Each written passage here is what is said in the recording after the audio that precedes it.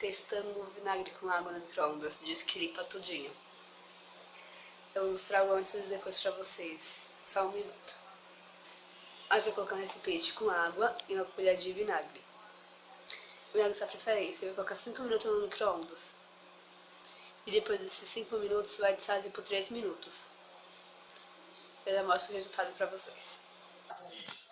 E lembrando, você tem que pegar um pano limpo pra depois passar ele pra sair todinho. Vamos ver se vai dar certo essa dica. Esse truque. Prontinho, agora eu vou mostrar antes pra vocês como tava. Ó, vocês dá pra perceber muito bem como tava. Ó, pode perceber por dentro.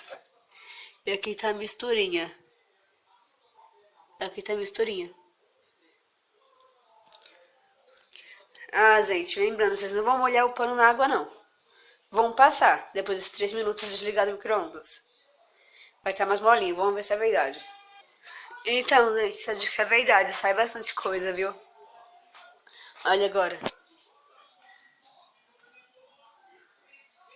Em cima que tá meio desgastado mesmo, mas saiu bastante. Aqui tem um pouquinho, mas você tem que esfregar mais com mais força pra poder tá saindo. E, gente, esse foi o vídeo. Espero que vocês gostem. Se inscrevam no canal, compartilhem o vídeo, deixe seu joinha. Beijos.